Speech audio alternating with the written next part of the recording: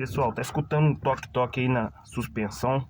Já verificou tudo aí muitas vezes, não encontra o problema? Uma dica aqui, pessoal, você vem aqui, ó, vira a direção, tá?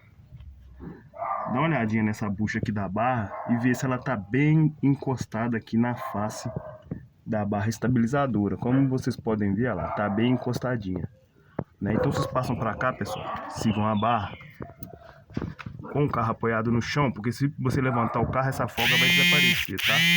Então vem, pega aqui, ó, olha lá, ó, na barra em movimento e veja se escute algum barulho.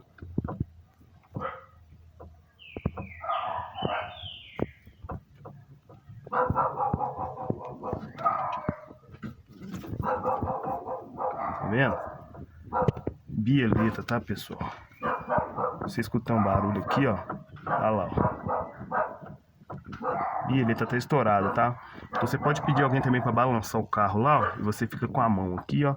Olha lá, ó. Ó, que você vai sentir a folga. Tá ok, pessoal?